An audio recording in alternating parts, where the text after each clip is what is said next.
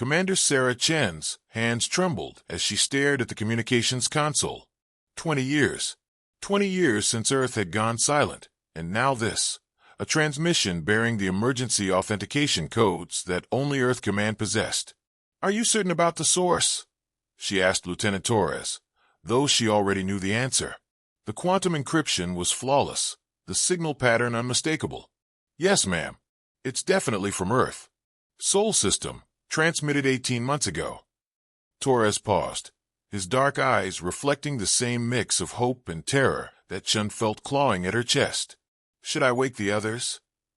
Chen looked through the observation deck's massive viewport at the stars streaming past.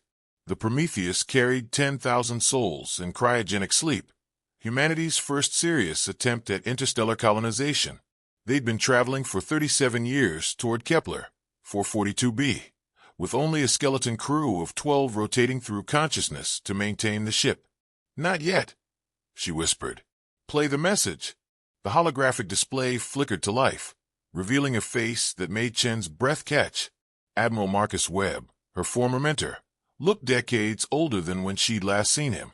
His uniform was torn, his left eye covered by a makeshift bandage, and behind him, she could see fires burning. "This is Admiral Webb, Earth Defense Command, broadcasting on all emergency frequencies." His voice was steady despite the chaos visible around him. "If you're receiving this, you're one of the colony ships, and you're probably wondering why we stopped transmitting 20 years ago." Chen's throat tightened. She'd been a captain then, fresh off the Mars conflict, when the Prometheus launched with great ceremony. Earth had been thriving, overcrowded but hopeful, reaching for the stars with renewed purpose after decades of climate recovery. "The answer is simple," Webb continued, ducking as something exploded behind him. "We were invaded, not by little green men or peaceful explorers, but by something that sees us as we see ants. They call themselves the hierarchy, and they've been watching us since we first split the atom." The image shook as Webb moved, revealing glimpses of a ruined command center. Bodies lay scattered among sparking consoles, and through broken windows, Chen could see massive ships hovering over burning cities. They came without warning on March 15th, 2057. Our weapons were useless. They absorbed everything we threw at them and turned it back on us tenfold. Nuclear missiles became plasma storms. Particle beams became black holes. We never stood a chance. Chen found herself gripping the console's edge so tightly her knuckles had gone white. March 15th, 2057. That was exactly 20 years ago, almost to the day. "But that's not why I'm transmitting," Webb said, his good eye staring directly into the camera with an intensity that made Chen feel like he was speaking to her personally. "The hierarchy didn't just come to conquer. They came to hunt, and they've been tracking every human ship that left Earth." The blood drained from Chen's face. "Torres, run a full sensor sweep. Everything we've got." "Ma'am." "Do it now." As Torres's fingers flew over his console, Webb continued his message. "They have technology we can barely comprehend. Faster than light communication, quantum tracking, weapons that manipulate space-time itself. And they're methodical. They've already found the New Horizons and the Endeavor. All hands lost." Chen closed her eyes. The New Horizons had launched 5 years before the Prometheus, carrying 8,000 colonists to Proxima Centauri. The Endeavor had left 2 years after them, heading for Wolf 359. Both ships had maintained radio contact until their signals simply stopped. "Ma'am," Torres said quietly, "I'm picking up something on the quantum resonance sensors. It's faint, but it's definitely artificial." "How far?" "Approximately 2 light years behind us, but the signature suggests it's moving faster than should be possible." Webb's message continued relentlessly. "If you're receiving this, you have perhaps months, maybe weeks before they find you. The hierarchy doesn't negotiate. They don't take prisoners. They collect specimens for study and eliminate the rest. They see intelligence as a disease that must be contained." The hologram flickered as another explosion rocked Webb's position.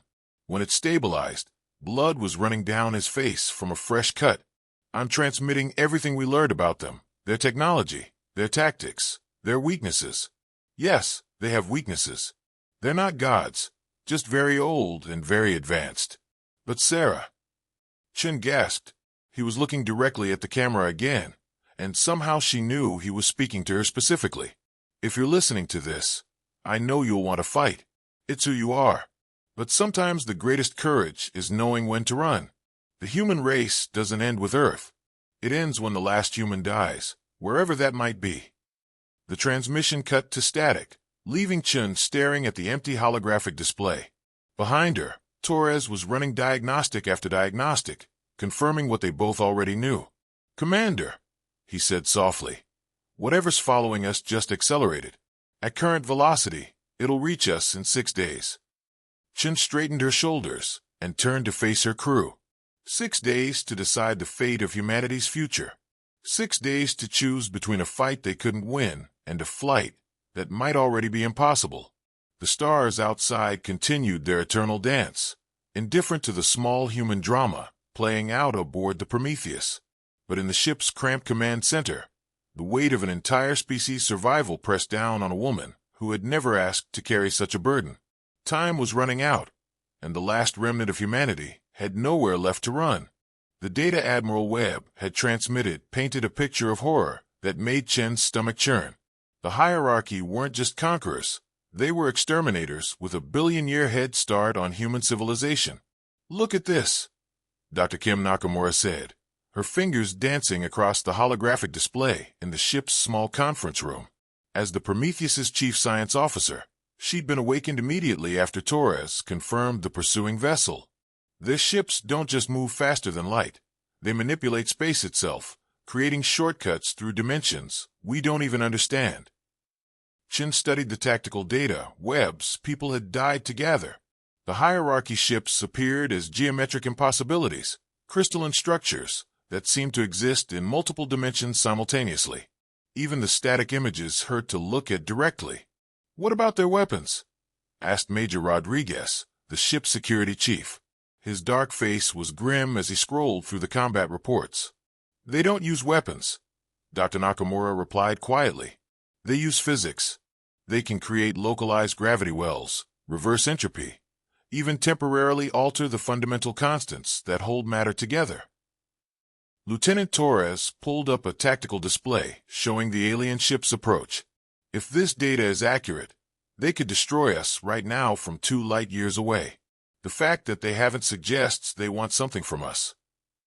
"Specimens," Chen said, remembering Webb's words. "They're scientists, too, in their own way. They want to study us before they eliminate us. Then we fight," Rodriguez said immediately. "We wake the colonists, arm every person who can hold a weapon." "With what?" Chen interrupted. "Our best military hardware is designed to fight other humans, not beings who can manipulate gravity itself. We'd be sending 10,000 people to die for nothing." "So we run?" Dr. Nakamura asked. "Keep ahead of them somehow." Chen called up the navigation display. "Even if we could match their speed, where would we go? They've had 1 billion years to map the galaxy. There's nowhere they haven't been." The room fell silent except for the steady hum of the ship systems. 10,000 people slept peacefully in their cryogenic pods, trusting Chen and her crew to deliver them safely to their new home. They had no idea that home might already be impossible. "There is another option," Torres said hesitantly. "The data shows something interesting about hierarchy technology.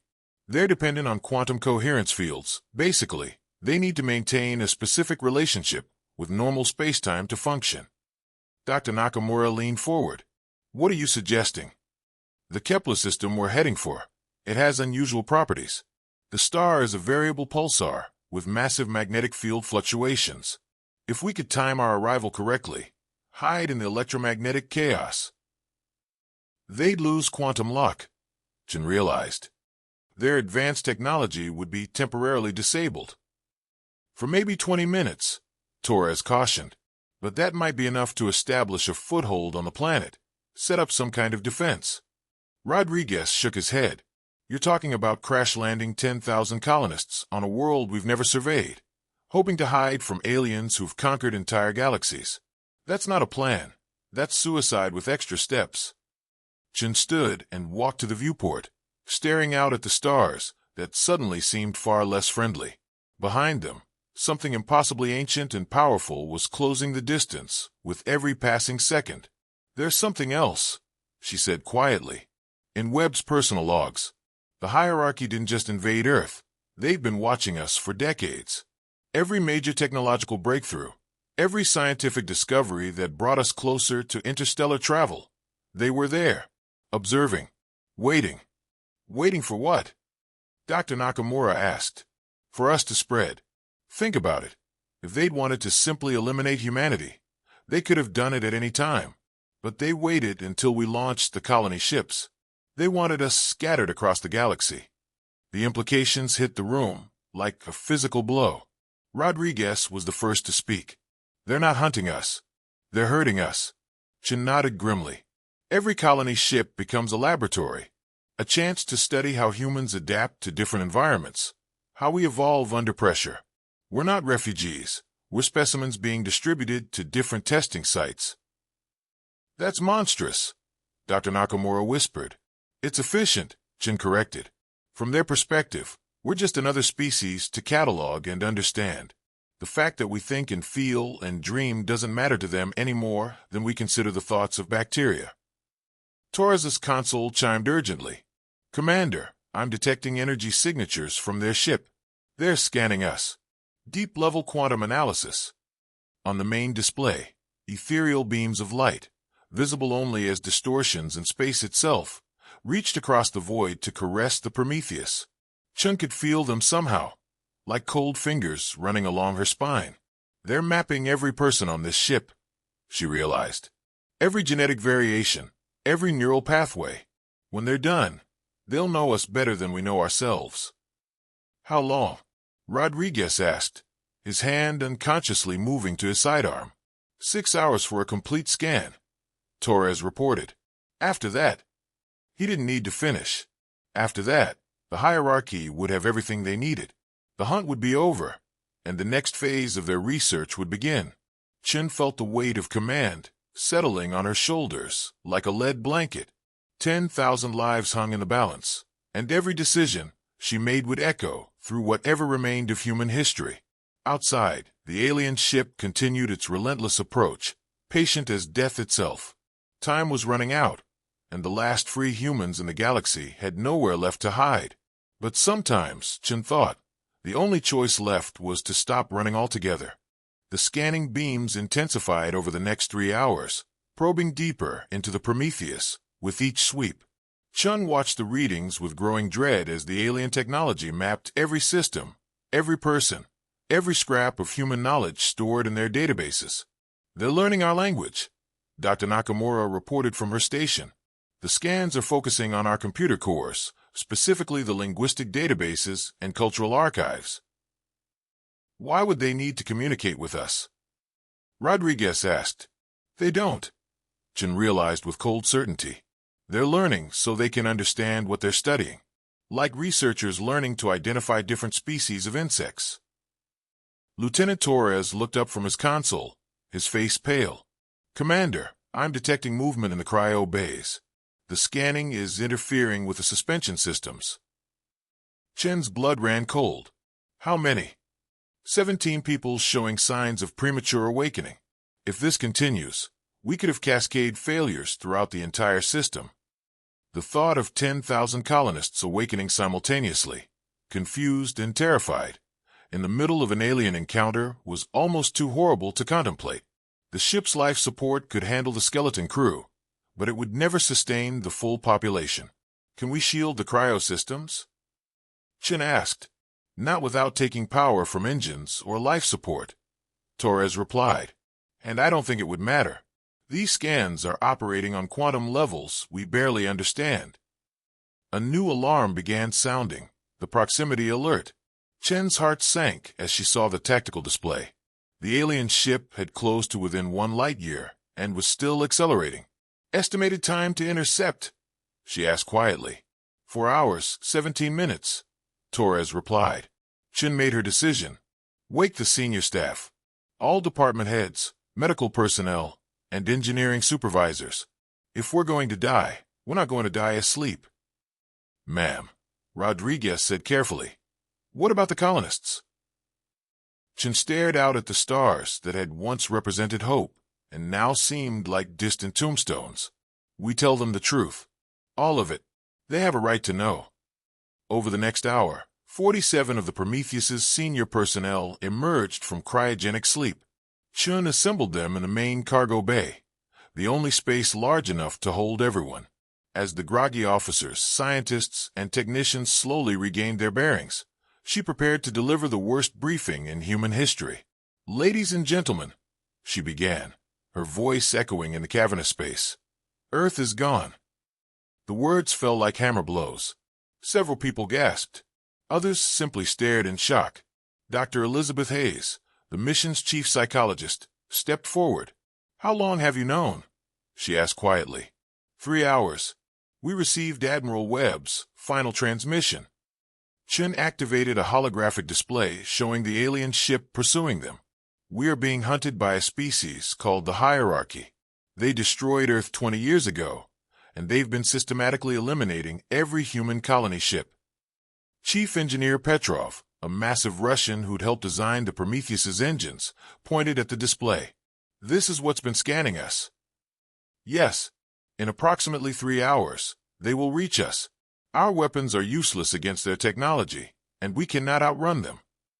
Then we fight, said Captain Morrison, the former military officer who commanded the security detail. We wake everyone and go down fighting. To what end? Dr. Hayes asked. So 10,000 people can experience terror and death instead of peaceful sleep. The room erupted in arguments. Some demanded immediate action. Others insisted on maintaining the colonists in cryogenic safety until the end. Chen let them debate for several minutes before calling for silence. I've made a decision, she said. We're going to do something the Hierarchy won't expect. She activated another display, this one showing the Prometheus's communication array. They've learned our language, our technology, our biology, but they haven't learned who we are. Not really. So we're going to tell them. Lieutenant Torres stepped forward, confusion evident on his face. Ma'am, we're going to broadcast everything. Every human story, every piece of art, every scientific discovery, every act of love and courage and sacrifice in our databases. We're going to flood subspace with the totality of human experience. Why? Dr. Nakamura asked. Chen's eyes hardened with determination. Because Admiral Webb was wrong about one thing.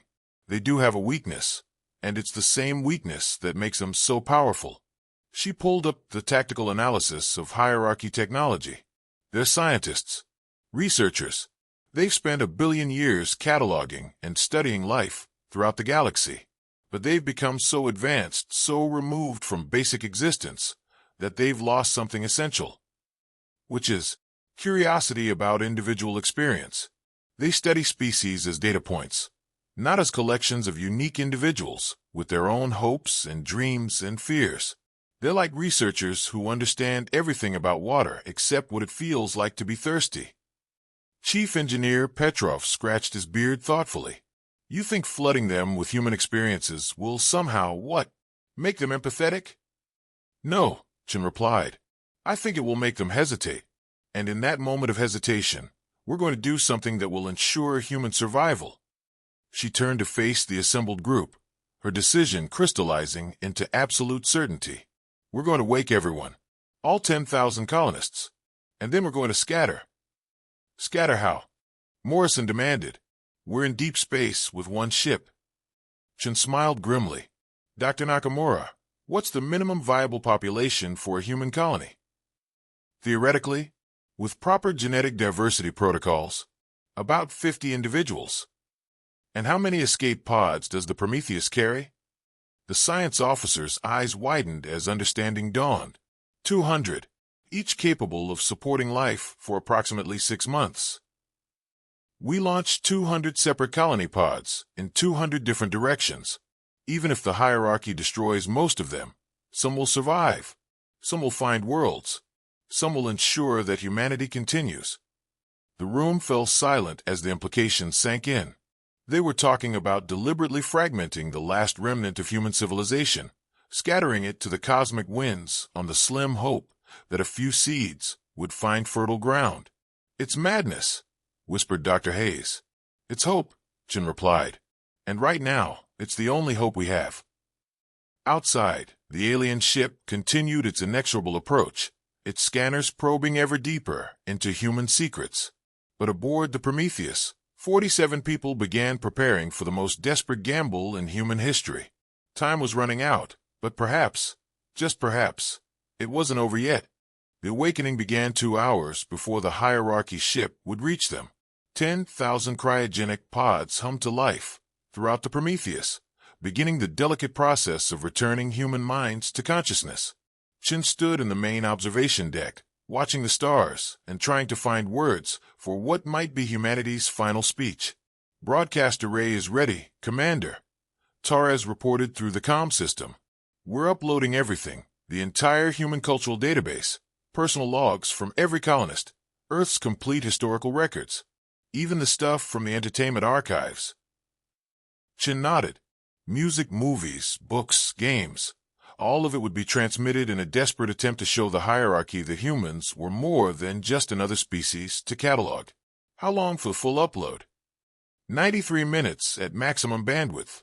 "We'll be transmitting right up until they arrive." Dr. Hayes appeared beside Chen, her face drawn with exhaustion. The psychologist had been working frantically to prepare counseling protocols for 10,000 people who would wake up to learn their world was gone. "The first wave is beginning to regain consciousness," she reported. "I've briefed the department heads on how to break the news. We're starting with the children. They'll need the most time to process." Chen closed her eyes. There were nearly 800 children aboard the Prometheus, from infants to teenagers. They would wake up to discover that everything they'd known was gone, that their parents had volunteered them for the most dangerous mission in human history. "Any word from engineering?" Chen asked. "Petrov says the pod modifications are ahead of schedule. He's managed to increase life support capacity by nearly 40% and extend power reserves. Some of the pods will be able to sustain their occupants for up to 9 months now." Throughout the ship, a miraculous transformation was taking place. Escape pods designed for emergency evacuation were being converted into tiny generation ships. Each pod would carry 50 people, carefully selected for genetic diversity and essential skills, along with compressed databases of human knowledge, seed banks, and everything needed to start civilization anew. "Commander to the bridge." Torres's voice crackled over the intercom. "We're receiving a transmission from the hierarchy ship." Chen's blood chilled. She rushed to the bridge, where the main display showed an image that defied easy description. The being addressing them seemed to exist in multiple dimensions simultaneously, a crystalline form that shifted between geometric patterns, occasionally resolving into something almost human-like before dissolving again. When it spoke, its voice resonated on frequencies that seemed to bypass human ears entirely, speaking directly to their minds. "Humans of the vessel Prometheus, we are the hierarchy. We have observed your recent transmissions with interest." The creature paused, its form stabilizing slightly. For a moment, Chun could see what might have been eyes, ancient beyond measure, filled with cold intelligence. "Your species has provided us with considerable data over the past rotations. Your adaptability, your emotional responses to extinction-level threats, your capacity for both creation and destruction, all have been most illuminating." Chin stepped forward. "We know what you did to Earth, what you did to our people. We collected specimens. We gathered data. Your homeworld's population provided excellent research opportunities for studying pack behavior under extreme stress conditions." The casual way it described the death of billions made Chen's hands clench into fists. "Your current transmission interests us," the being continued. "This concept you call art. These patterns of organized information that serve no apparent survival function, yet consume significant resources. We find it anomalous." Dr. Nakamura looked at Chun with sudden understanding. "It's working. They're curious." The hierarchy being's form shifted, becoming more geometric, more alien. "We will delay your collection by 0.3 rotations to study these transmissions further. Consider this a gift in exchange for your involuntary contribution to our research." The transmission ended, leaving the bridge in stunned silence. How long is 0.3 rotations? Chen asked quickly. Torres was already calculating. Based on their movement patterns, approximately 18 Earth hours. Chen felt her heart sink. 18 hours wasn't enough. They needed at least 24 to complete the pod preparations and launch sequence. Ma'am, Torres said quietly. There's something else. While they were transmitting, I detected energy buildups in their weapon systems. They're not just delaying, they're preparing to disable us. They want us alive for extended study. The thought of 10,000 humans becoming laboratory subjects for beings who saw them as insects made Chen's stomach turn. But it also gave her an idea. How many pods are ready for launch? She asked. 67 so far, Dr. Nakamura reported. Petrov thinks he can have another 100 ready in 12 hours. That's not enough. Chen turned to address her bridge crew. We need to make them hesitate longer. Keep them interested in our transmissions. How? Torres asked. Chen smiled grimly. We're going to give them something they've never encountered before. Something that will force them to reconsider everything they think they know about humanity. She activated the ship's communication array and began recording. This is Commander Sarah Chen of the Earth vessel Prometheus. You want to study us? You want to understand what makes humans different from every other species you've cataloged? Then let me tell you something your billion years of research have never taught you. She paused, looking directly into the camera with the same intensity Admiral Webb had shown in his final message. We don't just survive. We don't just adapt. We choose to hope even when hope is impossible. And that choice, that completely irrational, scientifically inexplicable decision to keep fighting when we know we'll lose, that's what you'll never understand about us. Chen began walking through the ship as she recorded, showing the aliens something they had never seen before. Humans working together in the face of certain death, not because they expected to win, but because the alternative was surrendering their humanity itself. You want data? Here's your data. We're going to scatter ourselves across the galaxy, knowing most of us will die. We're going to raise our children on alien worlds, teaching them about a home they'll never see. And someday, somehow, some of us will find a way to grow strong enough to come back for you. The recording ended, and Chen found herself surrounded by colonists who had gathered to listen. Their faces showed fear, yes, but also something else, determination. The same stubborn refusal to surrender that had carried humanity from caves to starships.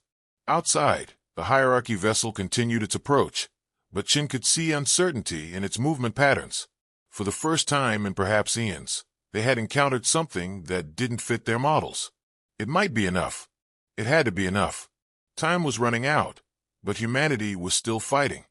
The hierarchy ship hung motionless in space, massive and impossible, its crystalline structure refracting starlight into patterns that hurt to perceive. For 6 hours, it had maintained position exactly 1 million kilometers from the Prometheus, its scanners working continuously to analyze the cultural transmissions still flooding subspace. Status report, Chen commanded as she entered the bridge. The ship buzzed with activity as the final wave of colonists completed their awakening procedures. All 10,000 colonists are conscious and briefed, Dr. Hayes reported. I won't lie, there's panic, grief, and anger, but they're responding better than I expected.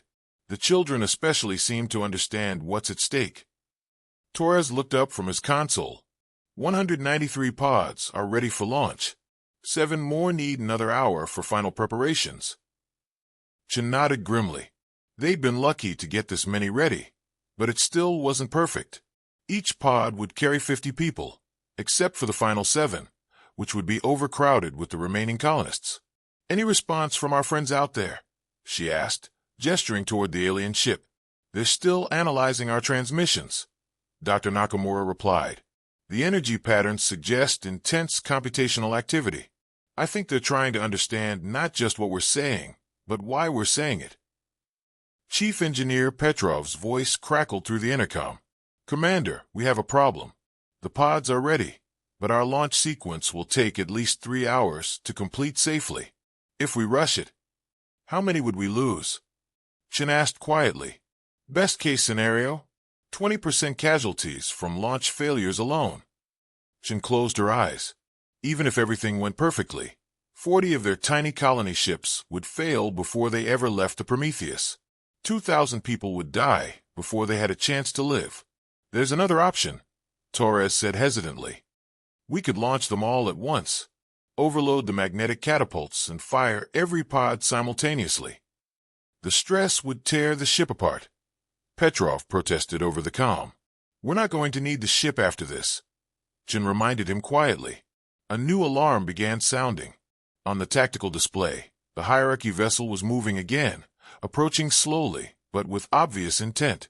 They've made their decision, Dr. Nakamura said.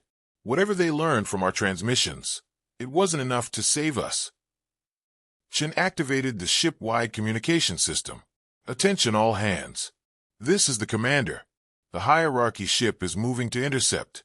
All colonists report to your assigned pods immediately. We launch in 30 minutes.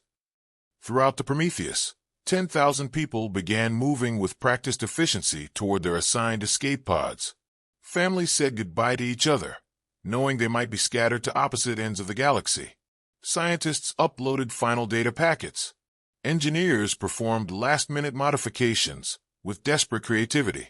Commander, Torres said quietly, there's something else. The hierarchy ship is transmitting again. The main display activated, showing the same multidimensional being they'd encountered before. But something was different now.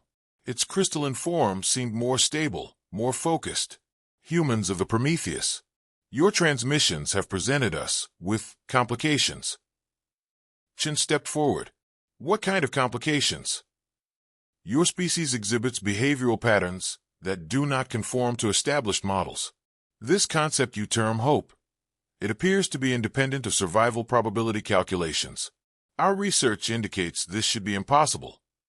Maybe your research is incomplete, Chen replied. The being's form shifted, becoming more geometric. For 1.7 billion rotations, we have studied species across this galaxy. None have demonstrated the ability to maintain cooperative behaviors while facing certain extinction. Your willingness to sacrifice yourselves for offspring who may never survive to reproduce defies all evolutionary logic. Love usually does, Chen said simply. Love. The word seemed to cause physical distortion in the alien's form, an inefficient emotional response that wastes resources on non-optimal outcomes. Yet your species has somehow weaponized it into a survival mechanism. This requires further study. Dr. Nakamura leaned toward Chen. I think we're more interesting to them alive than dead. Perhaps, the being continued. Your fragmentation plan has merit. We will observe these scattered colonies to determine whether this hope phenomenon can persist across multiple generations under varying stress conditions. Chen felt her heart leap. You're going to let us go. We will permit the launch of your colony vessels. This will provide superior research opportunities compared to simple specimen collection. However, be aware that you will remain subjects of study. We will observe. We will record. And when your colonies have provided sufficient data. The threat hung unspoken in the air. Understood, Chen said. But you should understand something too. Every human colony that survives will grow stronger. And someday, we'll develop technology that makes your billion-year head start irrelevant. When that day comes, we'll remember what you did to Earth. The being's form flickered with what might have been amusement. Threats from specimens are noted but irrelevant. Begin your launch sequence. The transmission ended, leaving Chen staring at the tactical display. They had won a reprieve, but at the cost of confirming humanity's status as experimental subjects for beings who saw them as fascinating insects. All pods report ready for launch, Petrov announced over the intercom. Chen took one last look around the bridge of the Prometheus, her home for 37 years, humanity's greatest achievement, and now their funeral pyre. Launch all pods, she commanded. The ship shuddered as magnetic catapults fired in sequence, hurling 200 tiny vessels into the void. Each pod carried 50 humans, their frozen genetic samples, compressed knowledge databases, and fabrication equipment designed to bootstrap civilization from raw materials. On the main display, Chen watched the pods scatter like dandelion seeds on a cosmic wind. Some would find worlds. Others would drift forever in the darkness between stars. A few might even survive long enough to build something that could challenge the hierarchy. Pod launch complete, Torres reported. All vessels away clean. Chen activated the final transmission from the dying Prometheus. This is Commander Sarah Chen, speaking for the human race. We go into the dark, carrying the light of 10,000 years of civilization. We may be scattered, but we are not defeated. We may be specimens, but we are not slaves. And to our children who will grow up on alien worlds, remember Earth. Remember who you are. And never, ever stop hoping. The transmission ended as the Prometheus's engines began their final shutdown. Outside, 200 tiny lights carried humanity's future into the infinite darkness, while behind them, an ancient intelligence watched with cold curiosity. The last transmission from Earth had become the first transmission of humanity's diaspora, and in the vast emptiness between stars, hope traveled at the speed of light toward an uncertain dawn. The human race had scattered to survive, carrying with them the most dangerous weapon in the galaxy, the irrational, illogical, completely inexplicable decision to never surrender, no matter the odds.